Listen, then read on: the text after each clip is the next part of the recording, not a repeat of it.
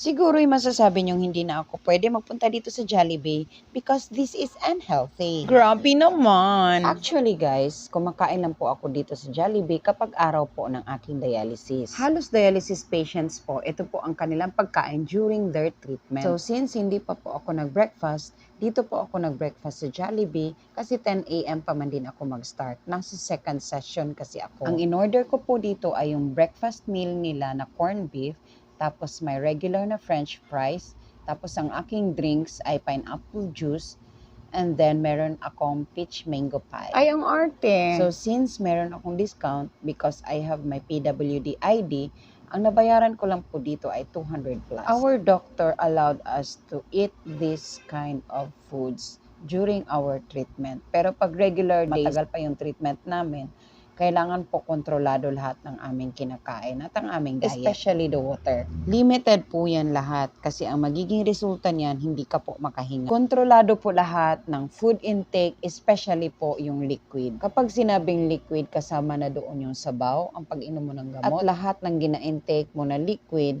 kailangang less than 1 liter per day. At bawal na bawal din pong kumain ng prutas unless monitor mo ang iyong potassium. If you really want to eat fruits, consult your doctor first. Lahat ng nararamdaman mo at lahat ng gamot na iinumin mo, ikonsulta mo yan sa nephrologist mo kasi siya ang may alam yan. At iba-iba po tayo ng sitwasyon. Alam niyo ba guys, na tuwing treatment ko, I have mixed emotions. Una, masayang-masaya ako dahil nakakain ko lahat ng gusto ko. Pangalawa, natatakot ako sa magiging resulta ng treatment. I am praying na successful ito palagi. Na matapos ang aking treatment na maging maganda ang aking pakiramdam. And lastly, natatakot po ako sa tusok sa aking mga kamay and sa injection. Masakit kasi.